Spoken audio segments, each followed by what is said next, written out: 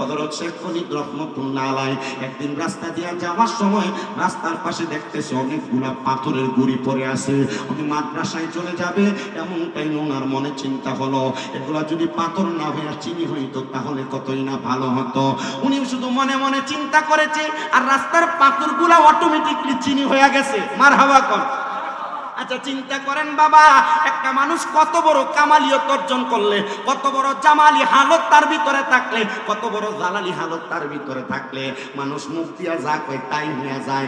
আপনারা কোন এই ব্যক্তিটা কি ছোট মাফের অলি না বড় মাফের অলি? কারণ আমরা দেশে এমন বহু অলি আছে, ফির আছে, যারা ফির দাবি করে, এরা বইয়া বইয়া সিগারেট টানে, আবার মুরিদও করায়। আপনারা কোন এমন ফিসাব সমাজে আছে না নাই? বেরিয়ে গিয়ে বইয়াতায় এমন ফিসাব দাবি করে, এমন ফিরও আছে না নাই? বেরিয়ে গিয়া বাউল গান করে, পেছন দিয়ে নাম দিতে বাউল গান, আবার উরুস মুবারক আর বেডি দিয়া স্টেজের ভিতরে নাচায়। আপনারা কোন এমন ফিসাব সমাজের ভিতরে আছে না নাই? খোদার কসম, যে ফিসাব সিগারেট খাই বেরিয়ে গিয়া বইয়াতায় আর উরুস মুবারকের নাম দিয়া বেরিয়ে দিয়া গান করে, এটা পিন্না পিন্না পিন্না, এটা নাম্বার 1 শয়তান। আর এগুলার কারণে ইসলামের সুন্নিয়তের হক্কানি পীর মাশায়েখের বদনাম হয়। বলে হুজুর তো হক্কানি পীর চিনব কেমনে? আল্লাহর নবী ইবনে মাজাহ শরীফের 303 নাম্বার পৃষ্ঠায় হাদিস বলে, ইজারু যুকিরাল্লাহু আযজা ওয়া জাল্লা, যে পীরের দিকে তাকাইলে আল্লাহর কথা মনে হয়ে যাবে, এটাই হলো হক্কানি পীর। তো যে পীর সিগারেট খায়, যে পীর বেডিয়ে দিয়া বয়াতা, যে পীর উরুস মুবারকের নাম দিয়া বেডি দিয়া গান করে, নিজেই তো জান্নাতে যাইতে পারতো না। আমার বিশ্বাস হয় না রে বাবা, আপনারে নিয়ে কেমনে জান্নাতে যাইবো? আরে বাবা, যে পীর সিগারেট খায় এটা হক্কানি পীর না, হক্কানি পীর না, হক্কানি পীর না। বলে হুজুর কেন? কারণ পীর যদি সিগারেট খায় মুড়িতে গাঞ্জা খাইবো, পীর যদি বেরিয়ে বয়া খায় মুড়িতে বেরিয়ে শুয়ে থাকবো, পীর যদি গান বাজনা করে মুড়িদান বেরিয়ে নাচবো। কথা কন না ঠিক কিনা? হক্কানি পীরের আদর্শ এটা না। ও মোহাম্মদ আলী চিশতি সাহেব, আপনার আমি ধন্যবাদ জানাই। আপনি এলাকার যুবকদেরকে নিয়ে এত সুন্দর জান্নাতের বাগানের আয়োজন করেছেন, হুজুরদেরকে আমরা ধন্যবাদ জানাই। ধন্যবাদ ছাড়া দেওয়ার মতো আমার কাছে কোনো কিছু নাই। আজকের মাহফিল করার কারণে, উরুসের নাম দিয়ে বেড়ি নাচানো না কারণে, জান্নাতের বাগানের উসিলায় হবিগঞ্জের বাদুয়ের ছয়গড়িয়ার কবরস্থানের কবরবাসীরা আপনাদের জন্য কত দোয়া করতেছে আপনারা জানেন না। আল্লাহর দরবারে শুধু দোয়া করে, আল্লাহ আমার যে আওলাদ, আমার যে গোষ্ঠী, আমার বংশের যে ছেলেটা ওয়াজ মাহফিলের আয়োজন করে আমাদের জন্য দোয়ার আন্তন করেছে, আল্লাহ তুমি তাদেরকে মাফ করে দাও, কারণ আমরা তাদের কারণে মাফ পাইছি। আল্লাহর কাছে দোয়া করে, ওয়া মাগফিরাতুল লাহুমা, আল্লাহ তুমি তাদেরকেও মাফ করে দাও। আমি জানতে চাই, আমাদের দোয়ার কারণে যদি এই বাদুয়ের কবরবাসীরা মাফ পায়, আর এরা যদি কবর থেকে আল্লাহর কাছে আমাদের জন্য সুপারিশ করে, আমার আল্লাহ আমাদেরকে মাফ করার ক্ষমতা আল্লাহর আছে না নাই? তুই হাত তুলে দেখে দেন কার কারে বিশ্বাস আছে। Voice of Reza, the Islamic content creator. এই জন্য আল্লাহর বান্দারা ওই আল্লাহ তাআলাকে খুশি করার জন্য আল্লাহর নিয়ামতের শুকরিয়া আদায় করবেন। বলে হুজুর আল্লাহর নিয়ামত কেমনে শুকরিয়া আদায় করব? সব যা কিছু আমার আল্লাহ সৃষ্টি করেছেন সব কিছুই তো নিয়ামত, কিন্তু না। মুহাক্কিক উলামায়ে কেরাম তাফসীর করতে গিয়ে নিয়ামতের শুকরিয়া আর নিয়ামতের প্রকার নির্ধারণ করেন। নিয়ামত হলো 2 প্রকার। এক প্রকার নিয়ামতের নাম হলো নিয়ামতে কুবরা, আরেক প্রকার নিয়ামতের নাম হলো নিয়ামতে সুগরা। এক প্রকার নিয়ামতের নাম হলো নিয়ামতে উস্তা, আরেক প্রকার নিয়ামতের নাম হলো নিয়ামতে উজমা। নিয়ামতে কুবরা আর নিয়ামতে উসরা হইল নবী মুহাম্মদুর রাসূলুল্লাহ সাল্লাল্লাহু আলাইহি ওয়াসাল্লাম, মদিনার কামলিওয়ালা দয়াল নবী, যেই নবীর না বানাইলে আমার আল্লাহ দুনিয়ার কিছু কিছু বানাইতেন না, দুনিয়ার কোনো কিছু সৃষ্টি করতেন না। ওই নবী হলো নিয়ামতে উস্তা আর নিয়ামতে কুবরা। নবী গো, আপনি বলেন না তো আমরা আল্লাহ তাআলার কোন নিয়ামতের শুকরিয়া আদায় করব? আমার নবী জানায়া তাই উম্মত হযরত আনাস ইবনে মালিক রাদিয়াল্লাহু তাআলা আনহুর হাদিসে মুবারাকা তিনি বলেন, উম্মত শুনো, দুনিয়ার জমিনের মধ্যে আমার আল্লাহ তাআলা আমি নবী ছাড়া যা সৃষ্টি করেছেন সব হলো নিয়ামতে সুগরা, মানে হলো নিয়ামতে উজমা। এই নিয়ামতের শুকরিয়া যদি তোমরা আদায় করো, আমার আল্লাহ তাআলা তোমাদেরকে নিয়ামত আরো বৃদ্ধি করে দিবে। আর আমি নবী রাহমাতুল লিল আলামিন নবীর উম্মত হইয়া যদি তোমরা আমি নবীকে পাইয়া খুশি উদযাপন করো, তাহলে আমার আমার আল্লাহ তাআলা তোমাদেরকে জান্নাতে এক একজনের মর্যাদা এক এক রকম করে বৃদ্ধি করে দিবে। বন্ধুরে, আমরা সুন্নিদের একটা দোষ হলো, আমরা সুন্নিরা নাকি বেশি নবী নবী করি। আমরা সুন্নিদের একটা দোষ হলো, আমরা নাকি মিলাদুন নবীর মাস আসলে লাইটিং করে জশ্নে জুলুস করে রাস্তায় মিছিল বের করি। আমরা নাকি নবীর মিলাদুন নবীর নাম দিয়া ওয়াজ মাহফিলের ইন্তজাম করি। আমরা সুন্নিদের দোষ হলো, আমরা নাকি নবী নবী নবী নবী করি। আরে বাবা, তাদেরকে আমাদের একটাই মাত্র জবাব, আমরা সুন্নিরা কেন নবী নবী করব না? কারণ আমার নবী যখন আলমে আরোহার মধ্যে ছিলেন তখন উম্মত উম্মত করেছে। নবী যখন দুনিয়াতে আগমন করে নাই, নবীর আম্মা জানের গর্ভের মধ্যে ছিলেন তখনও উম্মত উম্মত করেছে। নবী যখন দুনিয়াতে তাশরিফ এনেছেন তখনও উম্মত উম্মত করেছে। নবীজির দুনিয়ার জিন্দেগিতে 63 সাল বনাম মেরাজের 27 বছর সর্বমোট হয়, মারহাবা বলবেন না? সর্বমোট কত হয় একটু হিসাবটা মিলিয়ে দেখেন বাবা, 90 বছর। এটা আমরা সবাই মানি, এটা হলো জাহিরি ভাবে। কিন্তু আমার নবী মেরাজে যাওয়ার পরে নবী কিন্তু সেই জায়গার ভিতরে আরো 27 বছর ছিলেন। এই সর্বমোট জিন্দেগি আমার নবী উম্মত উম্মত করেছে। মেরাজে যাওয়ার পরেও আল্লাহর কাছে উম্মতের জন্য কামনা করেছে। রওজা মুবারকে যাওয়ার পর থেকে নবী উম্মত উম্মত করে কিয়ামতের আগ পর্যন্ত নবী উম্মত উম্মত করবে। নবীর একটা উম্মত যদি দুজকের মধ্যে থাকে, নবী আমার উম্মত উম্মত করবে। আমার নবী যদি নবীজির জিন্দেগির সমস্ত সময় উম্মত উম্মত করতে পারে, আমি জানতে চাই আমার বাদী এলাকার বাবারা, হবিগঞ্জের মানুষ, আমরা নবী নবী করলে কি কোনো দোষ হবে? ওরে নবীর শানে বললে কথা, ওরে গায়ের জোরে বললে কথা, নবীর প্রাণে লাগে ব্যথা। চিরদিন তুই থাকবি না জগতে, বলেন চিরদিন তুই থাকবি না ভুবনে, নিরঞ্জনে দিবে তোরে দোজকের আগুনে, বলেন দিবে তোরে দোজকের আগুনে, নিরঞ্জনে দিবে তোরে দোজকের আগুনে। তোমার বয়স যখন পড়বে বাটি, সঙ্গী হবে বাঁশের লাঠি, কিছু কিছু কম শুনবি তুই কানে মুসলমান, কিছু কিছু কম শুনবি তুই কানে। তোমার বয়স যখন পড়বে বাটি, সঙ্গী হবে বাঁশের লাঠি, কিছু কিছু কম শুনবি তুই কানে। ওরে বল কমিবে হাতে পাই, পেশারে মাথা ঘুরায়, বল কমিবে হাতে পাই, পেশারে মাথা ঘুরায়। ছোট অক্ষর দেখিবি না নয়নে, বলেন ছোট অক্ষর দেখিবি না নয়নে, নিরঞ্জনে দিবে তোরে দোজকের আগুনে, বলেন পড়বে তোরে দোজকের আগুনে, নিরঞ্জনে দিবে তোরে দোজকের আগুনে। বাজানো হে আমার এই বাদই এবং আশেপাশে এলাকার মা বোনেরা, যেহেতু আমরা নবীর উম্মত, নবী নবী করব, আমাদের বিশ্বাস আমার নবী আমাদের মরণের সময় আমাদেরকে তরায়া নিবে। কথা বলেন ঠিক কিনা? আমাদের বিশ্বাস, আমরা যারা সুন্নি দাবি করি, আমাদের দুনিয়ার জমিন থেকে যখন আমরা যাকরাতুল মউতের বিছানায় পড়ে যাব, নবী আমাদেরকে তরায়া নিয়ে যাবে। আমাদের বিশ্বাস, যখন আমাদেরকে কবরে রাখা হবে তখন আমার নবী আমাদেরকে তরায়া নিবে। আমাদের বিশ্বাস, যখন আমরা কবর থেকে হাসরের ময়দানে যাব তখন আমার নবী আমাদেরকে তরায়া নিবে। আমাদের বিশ্বাস, হাসরের ময়দান থেকে আমরা যখন ফুলসিরাতের পারে যাব তখন আমার নবী আমাদেরকে তরায়া নিবে। ওই নবী রাহমাতুল লিল আলামিন নবীর জন্য উম্মতে মুহাম্মদী হইয়া আমরা বারবার নবী নবী করি।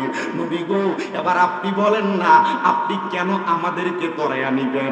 আমার নবী কয়, উম্মত দুনিয়ার জমিনে আমার উম্মত যদি আমি নবীর পথ মতে চলাফেরা করে, আমি নবী তাদেরকে তরায়া নিব। নবী গো, আপনি না বলছেন গুনাহগারকে তরায়া নিবেন? আমার নবী কয়, শাফাআতিল আহলিল কাবাইরি মিন উম্মতি। হুজুর আমার পাশে বসা আমার চাইতে আরো বহু ছাত্র হুজুরদের আছে। বাবারে জিজ্ঞাসা করেন না, হুজুর যে আল্লাহর নবী এই কথা বললেন, শাফাআতিল আহলিল কাবাইরি মিন উম্মতি, আমার নবীর উম্মতের ভিতরে কেউ যদি কবিরা গুনাহ করে আমার নবী তাকে সুপারিশ করবে। ও বাবা, এই কথা জানার পর যদি আপনি নিজ ইচ্ছা মতো কবিরা গুনাহ করেন, হুজুরকে জিজ্ঞান, হুজুর কি কবিরা গুনাহ করলেই জানার সত্ত্বে আল্লাহ মাফ করবো? জিনা মাফ করবে না। বাবারে শুনতে হবে, জানতে হবে, মনের অজান্তে নবীর মোহাব্বত নিয়ে ইবাদত কইরা দুনিয়ার জিন্দেগি কাটাইতে কাটাইতে যদি তুমি কবিরা গুনাহ মনের অজান্তে করে ফেলো, আমার নবী তোমাদের জন্য সুপারিশ করবে। এই জন্য আমরা নবীর কথা মোতাবেক দুনিয়া আখিরাত পরিচালনা করতে চাই। বলে হুজুর কেমনে করব?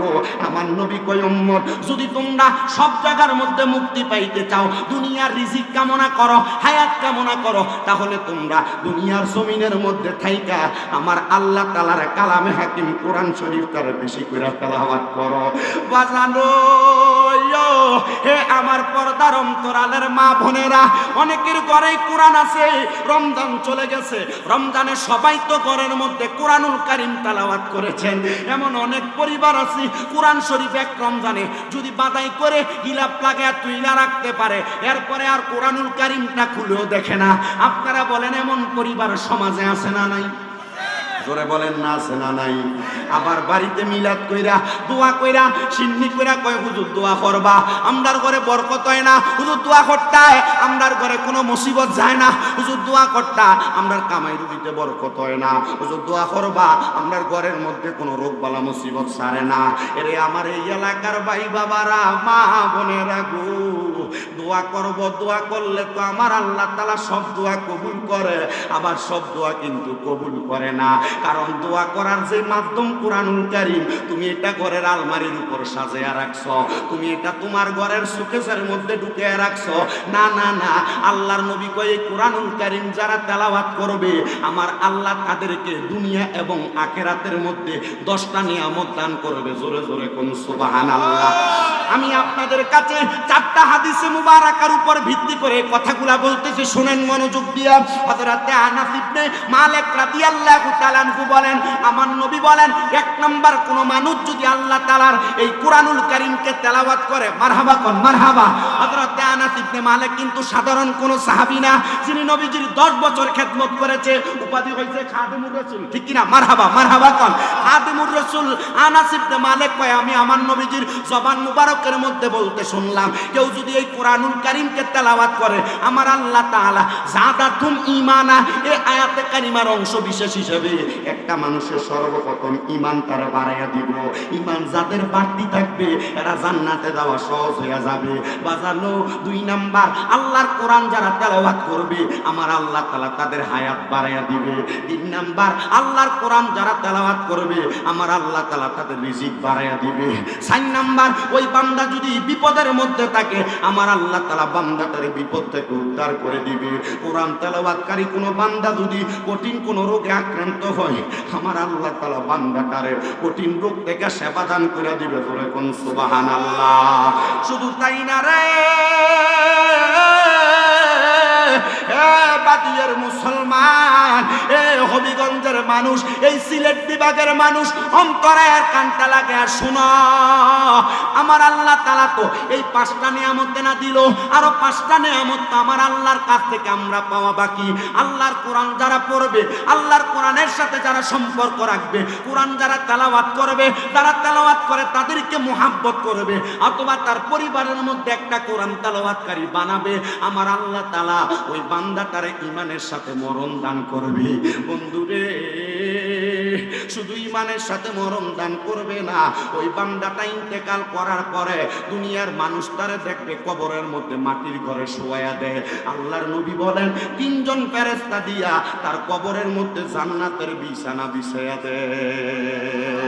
আরে নবী তুমি আমার হয়ে যাও, নবী তুমি আমার হয়ে যাও, আরে তুমি আমার আমি তোমার, তুমি আমার আমি তোমার, একবার কথা দাও, তুমি আমার আমি তোমার, তুমি আমার আমি তোমার, একবার কথা দাও, নবী তুমি আমার হয়ে যাও, নবী তুমি আমার হয়ে যাও। তোমায় ভালোবাসি হৃদয়ের টানে, মন বসে না তুমি ছাড়া কোনো কাজেতে নবী ভালোবাসি হৃদয়ের টানে মন বসে না কোনো কাজে তোমায় বিহনে হায়রে গুনাহগার উম্মতে ডাকে একবার কথা দাও গুনাহগার উম্মতে ডাকে একবার দেখা দাও নবী তুমি আমার হয়ে যাও নবী তুমি আমার হয়ে যাও জোরে কি সুবহানাল্লাহ বলা যাবে না দুনিয়ার মুসলমান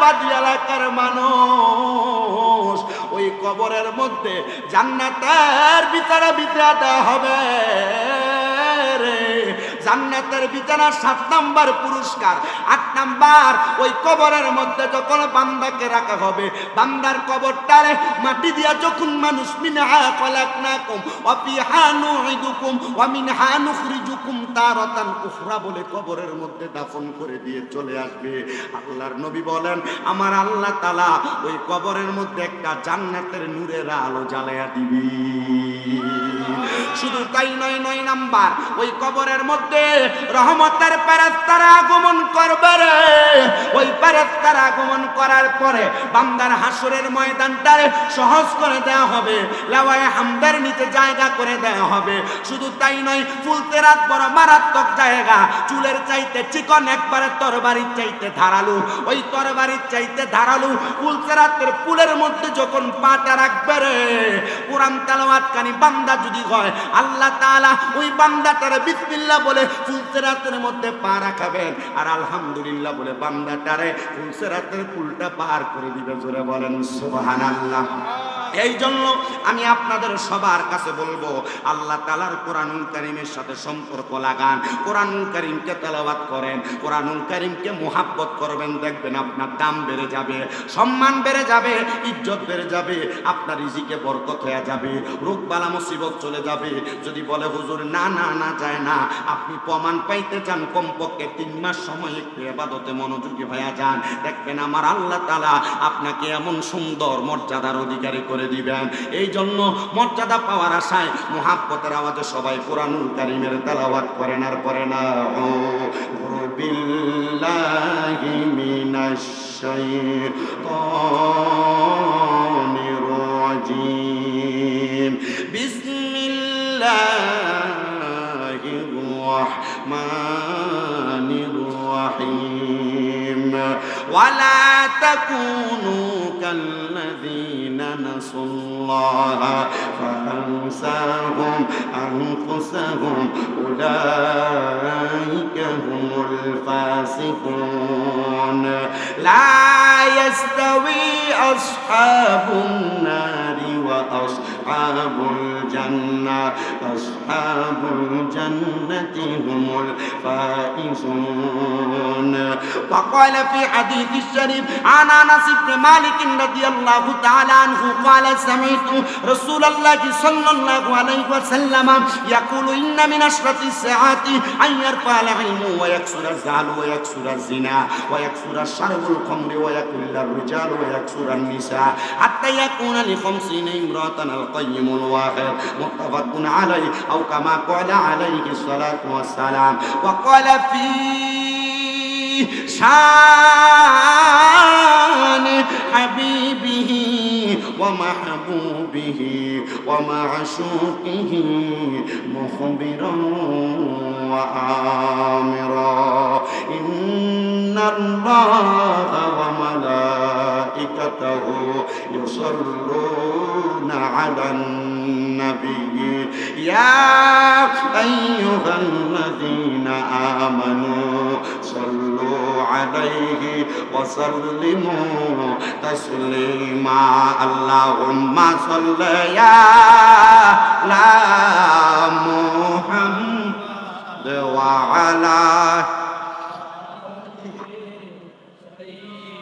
سيدنا محمد وعلى سيدنا আল্লাহুম্মা জোরে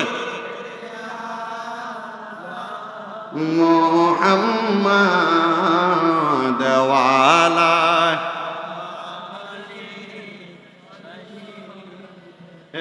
না মুহাম্মাদ ওয়া আলা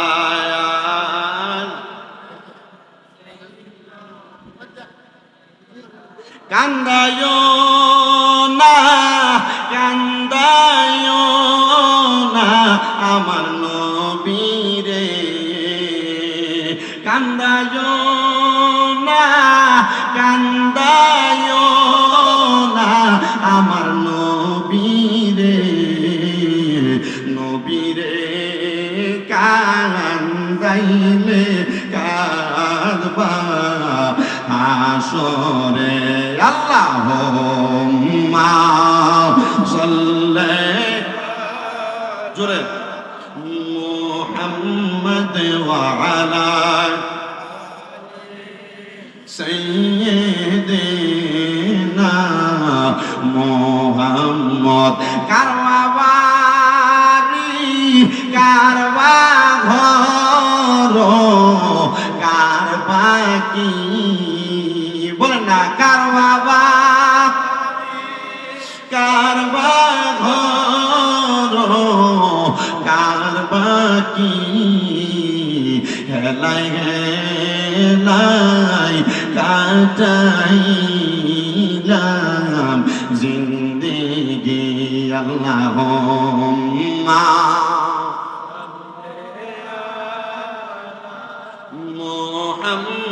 মুহাম্মাদ ওয়া আলা সাইয়্যিদিনা মুহাম্মদ জিকির লা ইলাহা ইল্লাল্লাহু লা ইলাহা হাসবি রব্বি জাল্লাল্লাহ বল হাসবি রব্বি ما في قلبي غير الله نور محمد صلى الله لا إله إلا الله বলেন নামাজ রোজা চাইল না কেহ মা বাবার খেদমতে চাইল না আমার নবীর দরুদ হইল না আমার নবীর আমার নবীজি তোমায় বলবে না লা ইলাহা ইল্লাল্লাহ অনেক দূরে মদিনা আমরা কেমনে যাব জানি না দয়াল আল্লাহ দয়া করেন আমরার হইছে না আমরা মদিনা যাইতে চাই কিনা কারা কারা চাই ডান হাত তুলে আল্লাহকে দেখায় জবান খুলে একটা তাকবীর হবে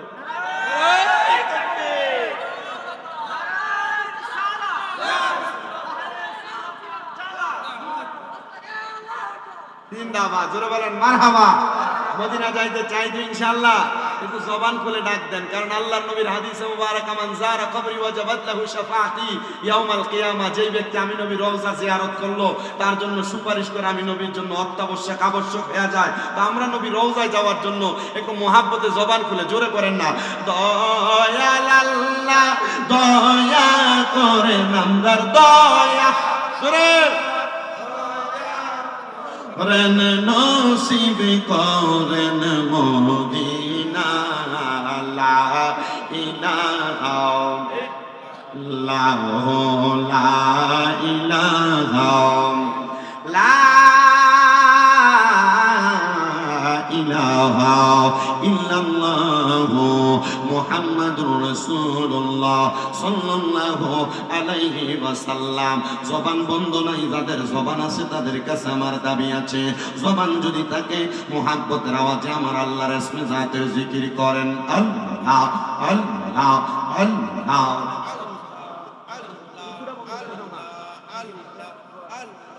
আল্লাহ আল্লাহ আল্লাহ আল্লাহ আল্লাহ আল্লাহ আল্লাহ আল্লাহ নবী ছাড়া বান্ধব কেহ না আইরে মুমিন বান্দাই নবী ছাড়া বান্ধব কেহ নাই মাশাআল্লাহ আল্লাহ আল্লাহ আল্লাহ আল্লাহ আল্লাহ আল্লাহ আল্লাহ নবী ছাড়া বান্ধব কেহ না আইরে মুমিন বান্দাই নবী ছাড়া বান্ধব কেহ নাই মাশাআল্লাহ আল্লাহ আল্লাহ রব্বি হাবলি উম্মতি কান্দান দয়াল নবী জিনি এখনো তো কান্দান মদিনায় মাশাআল্লাহ রব্বি হাবলি উম্মতি কান্দান দয়াল নবী জিনি এখনো তো কান্দান মদিনায় মাশাআল্লাহ নবী উম্মতের লাগিয়া সেজদায় করিয়া কান্দান সদা উম্মতের মায়া আইরে মুমিন বান্দাই নবী ছাড়া বান্ধব কেহ নাই মাশাআল্লাহ আল্লাহ আল্লাহ আল্লাহ আল্লাহ নবী মাতৃ গর্বে আসিয়া পিতা হারা হইয়া এই দিন রূপে আসলে নেই ধরাই মারহাবা নবী মাতৃ গর্বে আসিয়া পিতা হারা হইয়া এই দিন রূপে আসলে নেই ধরাই নবী মুনিয়াতে আসিয়া সেজদার মাঝে পড়িয়া কান্দান সদা উম্মতের মায়া আইগো মুমিন বান্দাই নবী ছাড়া বান্ধব কেহ নাই মাশাআল্লাহ আল্লাহ আল্লাহ আল্লাহ আল্লাহ আল্লাহ আল্লাহ আল্লাহ আইগো রবির আব্দুল কাদের কওলি আরশির মনি মারহাবা আল্লাহ আল্লাহ তমান্না কইলা আল্লাহ আল্লাহ আল্লাহ আইগো রবির আব্দুল কাদের কওলি আরশির মনি মাশাআল্লাহ আল্লাহ আল্লাহ তোমার ওই নামের গুণে তোমার ওই নামের গুণে আগুন হইয়া যাই পানি আইব রবি আব্দুল কাদের কওলি আরশির মনি মাশাআল্লাহ আল্লাহ আল্লাহ রমজান মাসের পয়লা দিনে আসনা ববে দুধ পান তুমি করুণাই গামুস রোজা রাখছো বলে মারহাবা আল্লাহ আল্লাহ আল্লাহ আল্লাহ গর্ব থেকে অনি তুমি গর্ব থেকে অনি তুমি ও গাউসে সামদানি আইব রবির আব্দুল কাদের কওলি আরশির মনি মারহাবা আল্লাহ আল্লাহ আল্লাহ লা ইলাহা করব না যেহেতু এখানে যারা আছেন তিনারা আমাদের উস্তাদ সমতুল্য বড়রা আমাদের মুরব্বী সমতুল্য আমি ডাইরেক্ট আমার আলোচনার ধারাবাহিকতায় চলে যাব আমি আপনাদের কাছে কোরআনুল কারীমের দুইটা আয়াত তেলাওয়াত করেছি একটা আয়াতের ছোট বর্ণনানুবাদ আমি আপনাদের কাছে করি তাফসিরে কানজুল ঈমান নূরুল ইরফান আমার আলা হযরত ইমাম ইশকে মুহাব্বত ইমাম আহমদ রাজা খান ফাজিলে বেরলভী উনি ওনার তাফসিরে কানজুল ঈমানের মধ্যে এই আয়াতের অনুবাদ করতেছেন তিনি বলেন ওয়ালা ওয়ালা তাকুনু, তোমরা তাদের মতো হইও না, আল্লাযীনা যাহারা নাসুল্লাহ ফাআনসাহুম আনফুসাহুম, যারা নিজের কথা ভুলে গেছে আর আমি আল্লাহ তাদেরকে ভুলে রাখছি। আল্লাহ গো, তারা কারা? তাদের পরিচয়টা একবার দেন না। আমার আল্লাহ কয় উলাইকা হুমুল ফাসিকুন, এরা হলো যারা ফাসিক তারা। এখন আসেন এই আয়াতের তাফসীর করতে যায় একটা হাদিস কোট করা হয়েছে, যার নাম হযরতে আব্দুল্লাহ ইবনে আব্বাস রাদিয়াল্লাহু তাআলা আনহু। তিনি বলেন আল্লাহর হাবিব সাল্লাল্লাহু আলাইহি ওয়াসাল্লাম এখানে কাদের কথা বলেছেন আল্লাহর কোরআনে। নবী আমার এই আয়াতে কারিমার ব্যাখ্যা আমরা সাহাবায়ে কেরামের কাছে করেছে। নবী গো, ইয়া রাসূলুল্লাহ, ইয়া হাবিবাল্লাহ, আপনি কাদের কথা বললেন? কারা নিজের কথা ভুলে গেছে। এবং আপনি আল্লাহ তাআলার প্যারা হাবিব বলেন আল্লাহ কাদেরকে ভুলে রাখছে। আমার নবী কয় তিন প্রকার ব্যক্তিকে আমার আল্লাহ তাআলা নিজের কথা ভুলে রাখছে। এখন তারা কারা? তাদের পরিচয়টা জানতে হবে। এক প্রকার ব্যক্তি হলো যারা বেআমল। কারা? জোরে কই না তো। এক প্রকার ব্যক্তি হলো যারা বেআমল, মানে কোনো আমল করে না। দুই প্রকার ব্যক্তি হলো যারা মুশরিক, যারা শিরক করে বেড়ায়। তিন প্রকার ব্যক্তি হলো যারা হারামখোর, যারা হারাম খায়। আমার আল্লাহর নবী বলেন এই তিন প্রকার ব্যক্তি তারা নিজের কথা ভুলে গেছে। বলে হুজুর কি? ও বাবা, আপনারা যারা এখানে বসেছেন আপনারা একটা শরীয়তের মাসালা জানবেন। ইসলাম পূর্ণাঙ্গ জীবন ব্যবস্থা, কোরআনুল কারীম এবং হাদিসে মুবারাকা দিয়া ইসলামের জায়েজ যতগুলা বিষয় আছে, একটা বিষয়কে যদি কোনো মানুষ অস্বীকার করে তাহলে সে কাফের, বেঈমান হয়ে যায়। আর কেউ যদি না আদায় করে এক কথায় সে ব্যক্তি ফাসিক হয়ে যায়। কিন্তু মনে রাখতে হবে কাফের আর ফাসিক এক রকম না। ফাসিক চাইলে মুমিন হতে পারবে, আমলওয়ালা হতে পারবে, ঈমানওয়ালা হতে পারবে, কিন্তু কাফের হাঁটার চেষ্টার পরেও ঈমান আনতে চায় না, কারণ তার ভিতরটা কুফরি করতে করতে করতে করতে একবারে জেরবাদ হয়ে গেছে। হুজুর কেমন করে হয় একটা বার আমাদেরকে জানিয়ে দেন না। শুনেন মুসলমান, কোন মানুষ যখন ইবাদত করে না, বারবার বারবার বারবার একটা গুনাহ করে, ওই মানুষটা গুনাহ করতে করতে সর্বপ্রথম ফাসিক হয়। ফাসিক হওয়ার পর মানুষটা ফাসিক হওয়ার আগে আরো দুইটা দরজা। এক নাম্বার দরজা, ফাসিক হওয়ার আগে ওই মানুষটা জিন্দিক হয়ে যায়, মানে বারবার গুনাহ করতেছে। অনেক মানুষ মুরতাদ হয়ে যায়, এরপর মানুষটা মুনাফিক হয়ে যায়। মুনাফিক হওয়ার পর তার ভিতরে যখন নেফাকি চলে আসে, তখন সে কোনো কুফরি করা, মানে বড় বড় গুনাহ করাকে আর গুনাহ মনে করে না। যেমন সমালোচনা করা, ওয়াজ মাহফিল করলে দেখবেন এক শ্রেণীর মানুষ আছে কত সুন্দর টিটকারি করে। এলাকায় ওয়াজ মাহফিলের অভাব নাই, কত সুন্দর মাহফিল এক জায়গায় হয়। তো বাদু এলাকায় কেন মাহফিল হবে? দরকার নাই, এটা বাদ পেলাও। এমন অনেক কথা বলে মানুষ সমাজে আছে না নাই? মনে রাখতে হবে কোরআন সুন্নাহর বাগান। ওয়াজ মাহফিলের কথা শুনলে যাদের মাথায় বাড়ি পড়ে এদের ইসলাম নিয়ে অ্যালার্জি আছে, কোরআন হাদিস নিয়ে অ্যালার্জি আছে, নবীর শানের বয়ান নিয়ে অ্যালার্জি আছে। এদের কথায় মনোযোগ না দিয়া তোমরা তোমাদের কাজ চালিয়ে যাইবা, দেখবা আমার আল্লাহ তাআলা তোমাদের প্রতি সন্তুষ্ট হয়া আল্লাহ তাআলা অসংখ্য বরকত তোমাদেরকে দান করবে। প্রিয় মুসলমান ইমানদারেরা, একটু অন্তরের কানটা লাগিয়ে শুনেন বাবারা।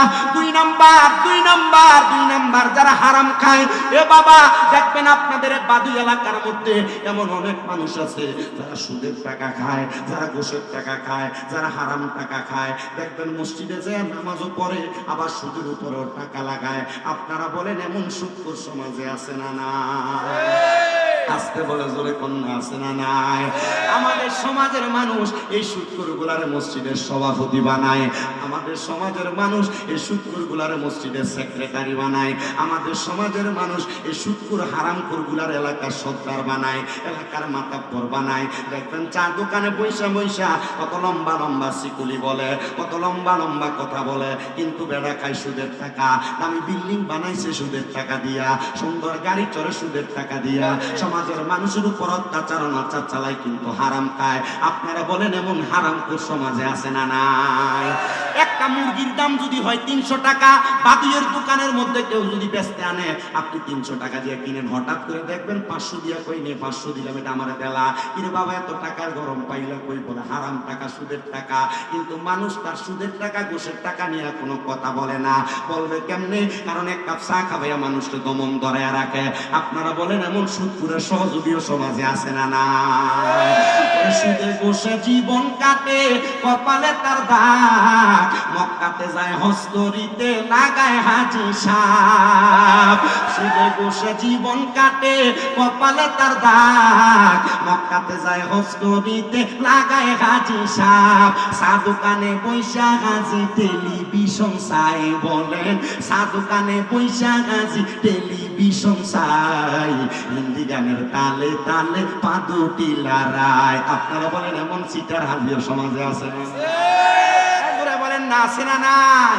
না শেখলে এত দুঃখ রাখবো কোথায়, রাখার জায়গা নাই। হাইরে এত দুঃখ রাখবো কোথায়, রাখার জায়গা নাই। আমাদের কপালেতে শান্তি বুঝি নাই, আমাদের কপালেতে শান্তি বুঝি নাই।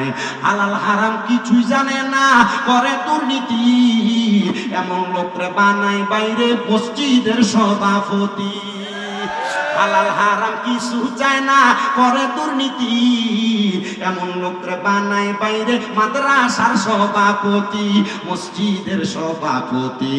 আরে উচিত কথা বলতে গেলে মোল্লার চাকরি নাই। হাইরে উচিত কথা বলতে গেলে মোল্লার চাকরি নাই। আমাদের কপালেতে শান্তি বুঝি নাই। এত দুঃখ। আপনাদের কি কষ্ট হইতেছে?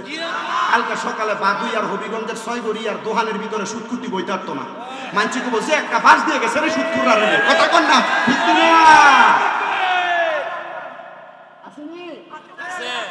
মুরব্বী কইতেছে আছে বলে।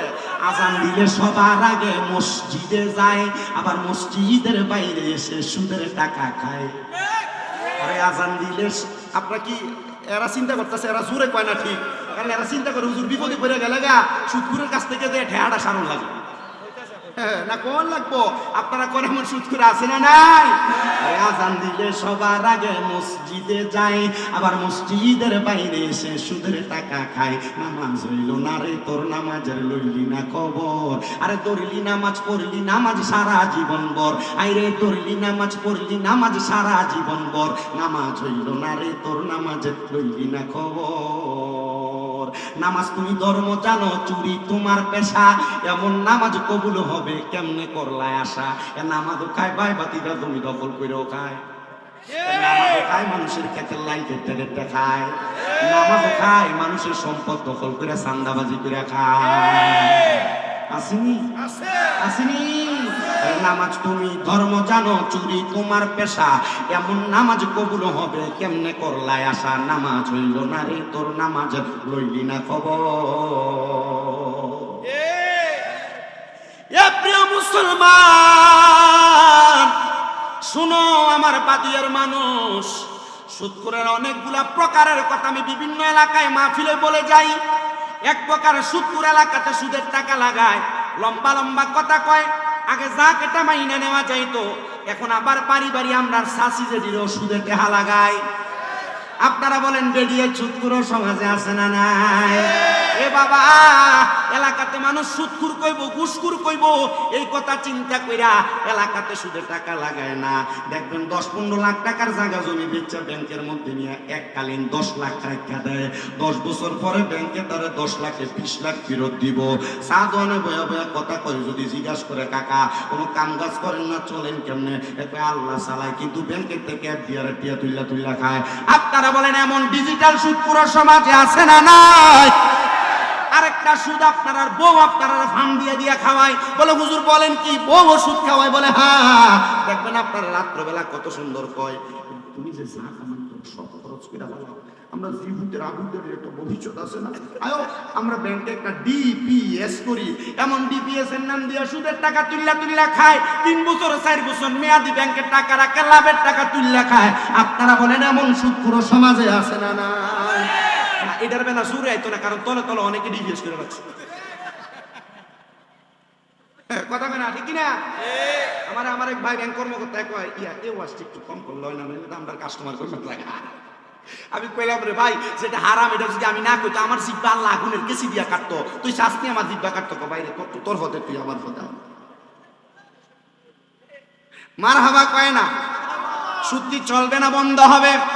একবার বলেন চলবে না বন্ধ হবে? আমি আমার ওয়াদার ধারাবাহিকতার মধ্যে চলে যাই। আল্লাহ তাআলা কাদেরকে বললেন? যারা বুঝছেও বুঝে না, না বুঝার বান ধরছে, নিজের নফসের কথা ভুলে গেছে, ওই ব্যক্তিগুলারে বলছে যারা নামাজ পড়া ফরজ ইবাদত জানে কিন্তু পড়ে না, যারা সুদ খাওয়া হারাম জানার পরেও খায়, যারা বুঝছেও বুঝে না, না বুঝার বান ধরে আছে। আল্লাহ কিন্তু কোরআনুল কারীমের আয়াতে তাদের কথাই বলছে। এমন হওয়া যাবে না রে এ পর্দার অন্তরালের মা। আমি চাই না হবিগঞ্জের কোনো মহিলা জাহান্নামের আগুনে জ্বলুক। আমি চাই না অত্র অঞ্চলের কোনো মহিলা জাহান্নামের আগুনে জ্বলুক। আমি চাই না আমার সোনার বাংলাদেশের কোনো মহিলা জাহান্নামের আগুনের মধ্যে জ্বলুক। বলো হুজুর তাহলে চানটা কি? আমি চাই জান্নাতের মধ্যে থাকো। বলো হুজুর জান্নাত দিয়া করবেটা কি? আল্লাহ কোরআনুল কারীমে কয় লা ইয়াস্তাউই আসহাবুন নারি ওয়া আসহাবুল জান্নাহ, আসহাবুল জান্নাতি হুমুল ফাইজুন। আমার আল্লাহ কয় বান্দা তারা জাহান্নামী আর যারা জান্নাতি তারা এক রকম না। আল্লাহ তাহলে কেমন আপনি বলেন না? আল্লাহ কয় আসহাবুল জান্নাতি হুমুল ফাইজুন, যারা জান্নাতি তারা হলো সফল কাম। ও বাবা, জান্নাতীরা যদি সফল কাম হয়, আপনারা বলেন আমরা সবাই জান্নাতি হতে চাই কি চাই না? তো জান্নাতি হতে চাইলে সুদ কি চলবে না বন্ধ হবে? নামাজ কি চলবে না বন্ধ হবে? ওয়াজ মাহফিল কি চলবে না বন্ধ হবে? দান সদকা কি চলবে না বন্ধ হবে? এ মুসলমান পর্দার অন্তরালের মা, স্বামীর খেদমত কি চলবে না বন্ধ হবে? এ মহিলারা পর্দায় থাকা চলবে না বন্ধ হবে? তোমরা মনে মনে সাক্ষী দিবা জান্নাত পাওয়া একবারে সহজ বিষয় যদি তোমরা ইবাদতে মনোযোগী হয়ে যাও। আপনাদের কাছে আমি আল্লাহ তাআলার একজন খাস বান্দার কথা বলে আমি আমার আলোচনার ইতি টানবো। যেহেতু গরমের সময় আপনারা কষ্ট করে বসে আছেন, আপনারা হয়তো আল্লাহর খাস বন্ধু হযরত শেখ ফরিদউদ্দিন গঞ্জেশকর রাহমাতুল্লাহ আলাইহি, ওনার নাম আপনারা অনেকেই শুনেছেন। আব্বাজি হযরত ফরিদউদ্দিন গঞ্জেশকরের নাম কিন্তু গঞ্জেশকর না, ওনার নাম শুধু হলো শেখ ফরিদ রহমতুল্লাহ আলাইহি। কিন্তু গঞ্জেশকর নামটা কেন হয়েছে জানেন? হযরত শেখ ফরিদ রহমতুল্লাহ আলাইহি একদিন রাস্তা দিয়ে যাওয়ার সময় রাস্তার পাশে দেখতেছে অনেকগুলা পাথরের গুঁড়ি পড়ে আছে। উনি মাদ্রাসায় চলে যাবে এমনটাই ওনার মনে চিন্তা হলো, এগুলা যদি পাথর না হইয়া চিনি হইতো তাহলে কতই না ভালো হতো। উনি শুধু মনে মনে চিন্তা করেছে আর রাস্তার পাথরগুলা অটোমেটিকলি চিনি হয়ে গেছে। মারহাবা কর।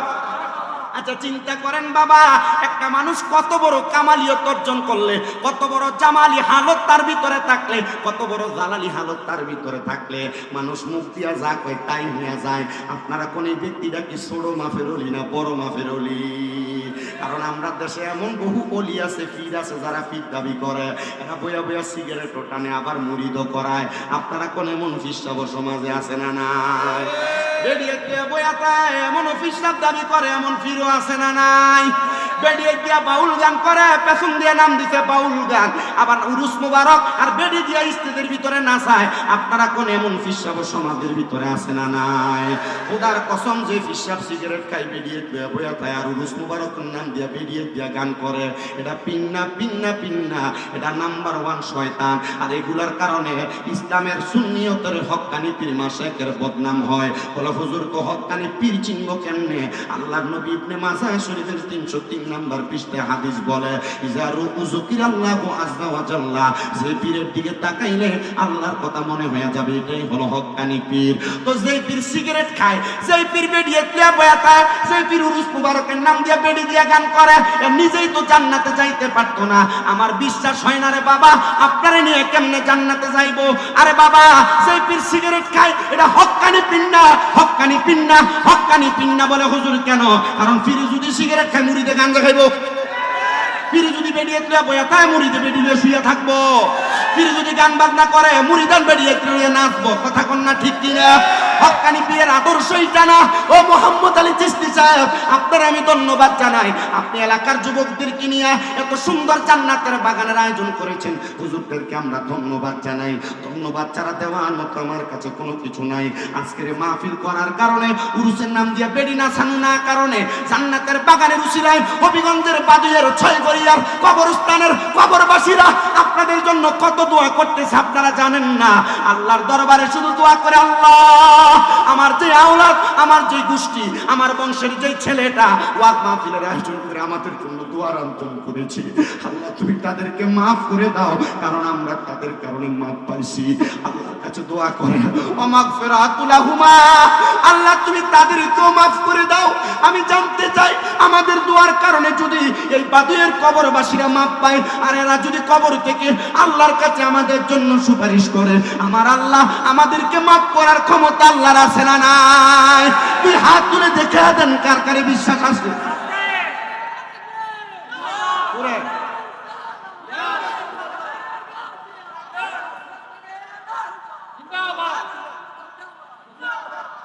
জোরে বলেন না মারহাবা। এ প্রিয় মুসলমানেরা, আমি যার কথা বলতেছিলাম হযরত শেখ ফরিদউদ্দিন গঞ্জে শুকর রহমাতুল্লাহ আলাইহি, কারণ ওনার নাম শুধু হযরত শেখ ফরিদ। গঞ্জে শুকর নাম হইছে, গঞ্জে শুকর মানে হলো চিনিওয়ালা। মারহাবা কন্যা, কিওয়ালা কিওয়ালা। শেখ ফরিদের নাম শুধু শেখ ফরিদ, গঞ্জে শুকর নাম হইছে মুখের কথার কারণে চিনি হয়ে গেছে পাথরগুলা, এই জন্য নাম হয়েছে গঞ্জে শুকর। আর গঞ্জে শুকরের নাম, গঞ্জে শুকরের মানিটা হইল চিনিওয়ালা। এ মুসলমান, হযরত শেখ ফরিদের বয়স একবারে কম। হযরত শেখ ফরিদের আম্মা জান ডাক দিয়ে কই, বাবারে তুমি তো আমার সন্তান, তুমি আমার সন্তান দাবি করো, আমিও তোমার জন্ম দিয়েছি। আমি মা চাই না তুমি দুনিয়া লোভী কোনো মানুষ হও, আমি মা চাই না তুমি দুনিয়ার মায়ায় পড়ে যাও, আমি মা চাই তুমি দুনিয়ার জমিন থেকে আল্লাহ তাআলার কাছে কামালিয়ত অর্জন করো। কামালিয়ত মানে হলো পরিপূর্ণতা, কামালিয়ত মানে হলো আল্লাহ পাওয়ার ক্ষমতা, কামালিয়ত মানে হলো আল্লাহর সঙ্গে মুলাকাতের ক্ষমতা। শেখ ফরিদের মা ডাক দিয়া কয়, বাবা আমি মা তোরে অনুমতি দিলাম, যা যা যা কমপক্ষে 12 বছর আমার আল্লাহকে পাওয়ার জন্য ধ্যানে মশগুল হয়ে মুরাকাবায় চলে যা। হযরত শেখ ফরিদ বলে, আমি আমার বাড়ির কাছ থেকে একটা জঙ্গলের মধ্যে চলে গেলাম, আমি 12 বছর আর আমার আম্মা জানের কাছে ফিরে আসি নাই। আমি 12 বছর জঙ্গলাতে কাটাইতাম, আমি ধ্যানের মধ্যে মগ্ন থাকতাম। আমি ওই জঙ্গলার মধ্যে থাইকা যখন আমার পেটের মধ্যে ক্ষুধা লাগতো, আমি শেখ ফরিদ জঙ্গলার পাতাগুলা খাইতাম, আমি শেখ ফরিদ জঙ্গলার পাতাগুলা খাইতাম, আমি শেখ ফরিদ জঙ্গলার পাতা খাইতাম। বলি এমনি হয় না রে, এমনি হয় না। হযরত শেখ ফরিদ রহমাতুল্লাহ আলাইহি একখানা 12 বছর গাছের পাতা খায়া খায়া সাধনা করছে, আর আমরা তো অটোমেটিকলি পীর পাইছি, হাত ধরে মুড়ি দেয়া গেছি। আর পীর তো কত সুন্দর এলাকার বাজারে বাজারে রাস্তাঘাটে এখন পাওয়া যায়। হক্কানি পীর কিন্তু রাস্তাঘাটে খুঁজলে পাওয়া যায় না। হক্কানি পীরেরা তাদের খানকার মধ্যে আল্লাহর সঙ্গে মুরাকাবার মধ্যে পড়ে থাকে। হক্কানি মুরিদরা কাউরে কয় না তোরা আমার কাছে মুরিদ হ।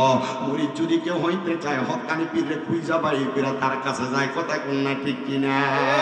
আর এখন কত বড় বড় লকব, পীরে কামেল, মুহাক্কিক আলেম, কত সুন্দর সুন্দর লকব লাগে, পিরালি চলে, অসুবিধা নাই, করুক রে বাবা। তবে কোন হারাম কাজ, কোন ফাসিকি, কোন কর্মকাণ্ড না করলেই চলে।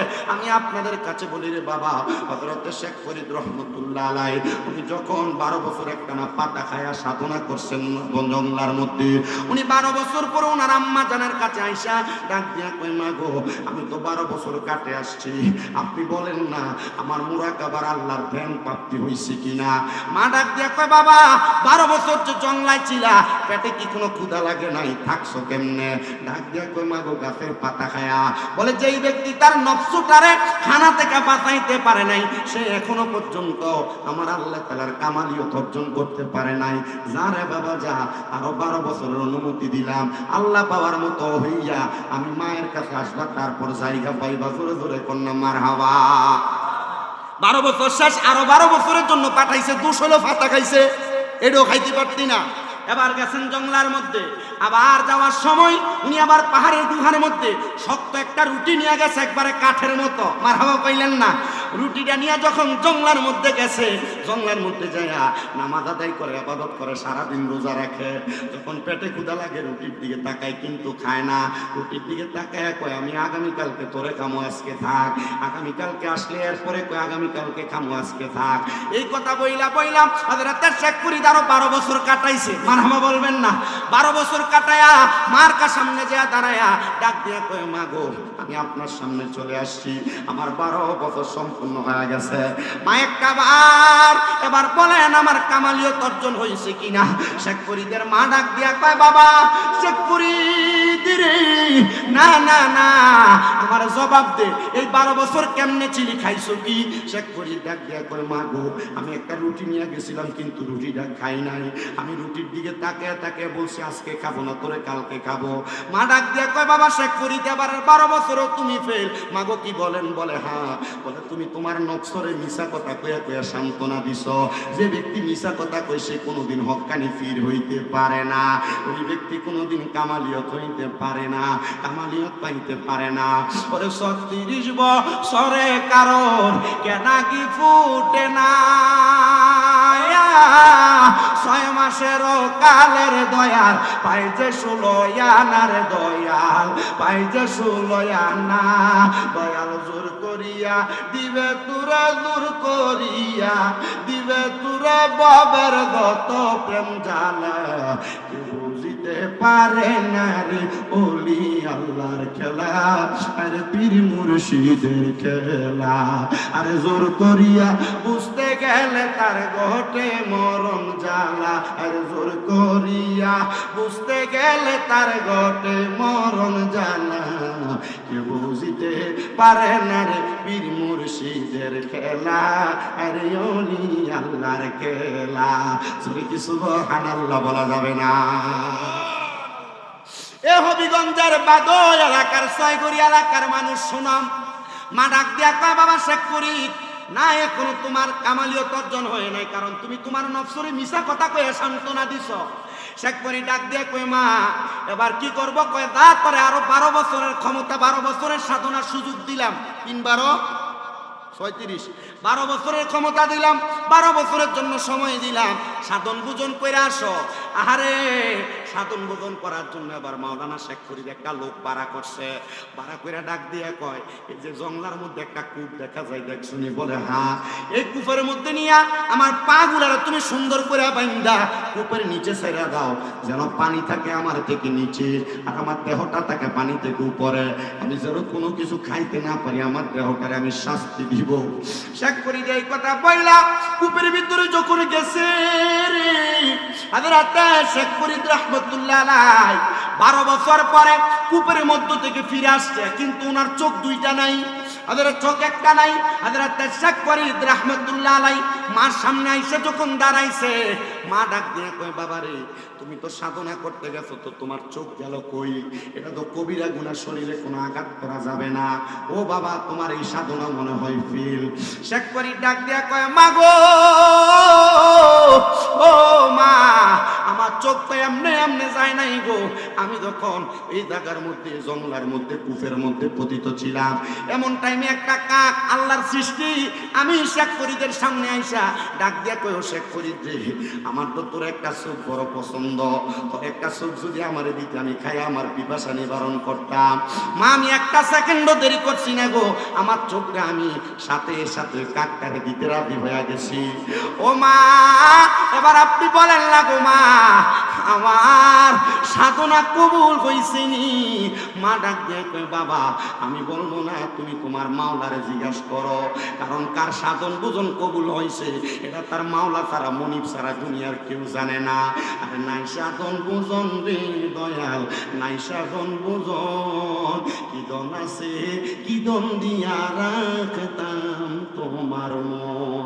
ওরে অদম জানি গো নবী, অদম জানি গো নবী, চাই পাইতে তো মার চরণ, কি দন আছে, কি দন দিয়া বাদান রাখতাম তোমার মন। জোরে কি আল্লাহু আকবার বলা যাবে? হযরত শেখ ফরিদ 2 রাকাত নামাজে নিয়ত করে সেজদার মধ্যে পড়ে গেছে। আল্লাহ বলে যখন ডাক দিছে রে, আমার আল্লাহ খুশি হয়ে গেছে। শেখ ফরিদের কাছে আমার আল্লাহ তাআলা গায়বীভাবে তার চোখটা ফিরিয়ে দিছে। দেখছেন নি রে, 36 বছর পর্যন্ত ইবাদত করছে, 36 বছর পর্যন্ত সাধনা করছে, এরপর আল্লাহ কবুল করছে মনে কইরা। হযরত শেখ ফরিদ তার মারে ডাক দিয়ে, আম্মা জান, এবার কি আমি কামালিয়ত অর্জন করছি? বলে হ্যাঁ। আব্বারে, 36 বছর যেহেতু তুমি খেদমত করেছো, আল্লাহর ইবাদত করেছো, যাও এবার তুমি একজন হক্কানি পীরের হাতে হাত দিয়া বায়াত গ্রহণ করো। তো বাবারে আমরা সবাই তো এখানে যারা আছি যে কোনো পীরের হাত ধরে বায়াত রাসূল হয়তো গ্রহণ করেছি, আর যারা করেন নাই তাড়াতাড়ি পীরের হাত ধরে বায়াত গ্রহণ করবেন। মনে রাখবেন বায়াত হওয়ার আগের জীবন আর পরের জীবন কিন্তু এক না। একটা মানুষ কোনো হক্কানি পীরের হাতে হাত দিয়া বায়াত গ্রহণ করার পর আল্লাহ তার দাম বাড়ায় দেয়, সম্মান বাড়ায় দেয়, ইজ্জত বাড়ায় দেয়। দেখবেন আপনারা কত মানুষ ফতুয়াবাদী করে, মা বাবা ইসাতে তো পীর ধরবা কেন? আরে মা বাবা আমারে দুনিয়া শিখাইবো, হক্কানি পীর আমারে আখেরাত চিনাইবো। জোরে কন্যা ঠিক কিনা? এই দুনিয়ার মানুষ হযরতে শেখ ফরিদ রাহমাতুল্লাহ আলাইহি তার মা অনুমতি দিল, যা বাবা যা, তুই হযরতে শাহ আলী বুয়ালি কলমদরের কাছে যা, ওনার কাছে যাইয়া তুমি তার কাছে যা বায়াত গ্রহণ করবা। বুয়ালি কলমদারের কাছে যখন গেছে হযরতে বুয়ালি কলমদার ডাক দিয়া কইল, শেখ ফরিদ আমার কাছে তুমি বায়াত গ্রহণ করতে আসছো? বলে হ্যাঁ। বলে তোমার এমন কি গুণ আছে যেটার কারণে তুমি শেখ ফরিদ তুমি আমার কাছে বায়াত গ্রহণ করবা? শেখ ফরিদ কয়, আমার মায়ের কথা মোতাবেক 12 করে 3 12 36 বছর আমি মাওলার ট্রেনে কাটিয়ে দিতি। বুয়ালি কলমদর কয়, না রে বাবা, তুই আমার থেকে যোগ্যতা সম্পূর্ণ তোরে আমি মুরিদ করাইতাম পারতাম না। বড় কোন আল্লাহর ওলির কাছে যা, জোরে জোরে কি আল্লাহু আকবার বলা যাবে না? আর এখন ফিরে চিন্তা করে মুরিদ করাইতে ফেললে চলে, একটা মুরিদ মানে 10টি হাদিয়া বেশি, কথা কয় না? খালি দাও খালি দাও খালি দাও। হক্কানি পীর যারা মুরিদের থেকে শুধু নেয় না, মাঝে মাঝে মুরিদের বিপদে মুরিদও দেয়, কথা কন না ঠিক কিনা? ঈদ যায়, সান যায়, কত কিছু চলে যায়। হক্কানি পীর আমার পকেটের টাকা দিয়া গরু খায়, খাসি খায়, বিল্ডিং বানায়, নিজের পকেট টাচা করে, কিন্তু আমি মুরিদ যে বিপদে পড়ে রইলাম, পীর একবার খবর লয় না।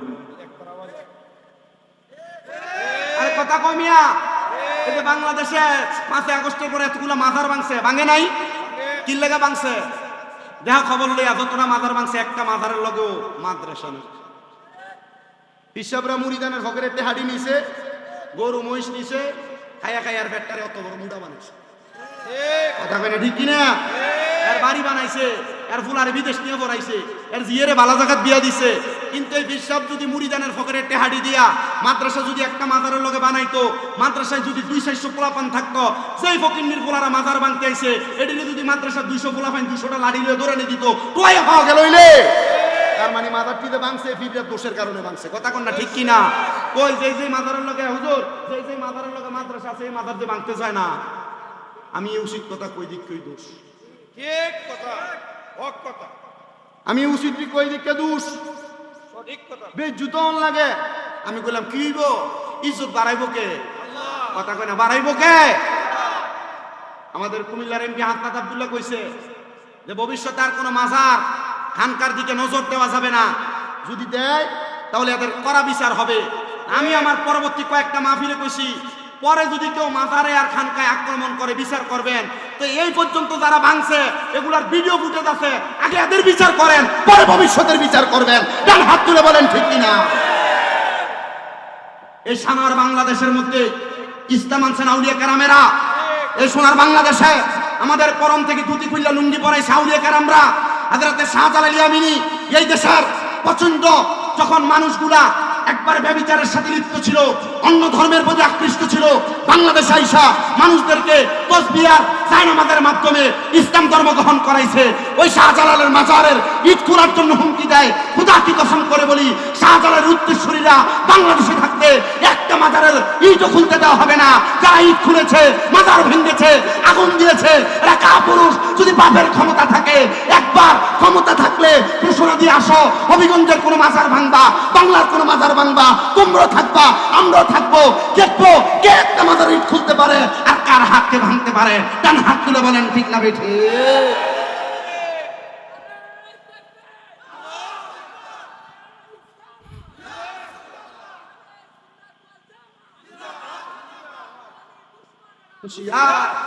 আমি এমপি হাসনাত আব্দুল্লাহর কাছে আমার মাহফিলের মাধ্যমে এই সোশ্যাল মিডিয়া হবিগঞ্জ সহ কুমিল্লার জিনারা মিডিয়া এসেছে, আমি সবার মাধ্যমে আপনারা যারা এখানে মাহফিলের প্যান্ডেল পুরো সুতাগুন আছেন, সবার মাধ্যমে এমপি হাসনাত আব্দুল্লাহর কাছে এই বাণীটা পৌঁছাইতে চাই।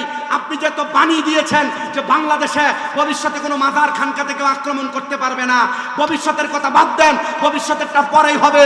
কিন্তু পূর্বে যারা 5 আগস্টের পরে বাংলাদেশে মব সৃষ্টি করে আল্লাহর ওলির মাজারে হামলা করে মাজারে আগুন দিয়েছে, তাদের বিচার আগে করতে হবে। বিচার চাই কারা কারা? তুই হাত তুলে আল্লাহকে দেখায়া দে। আল্লাহ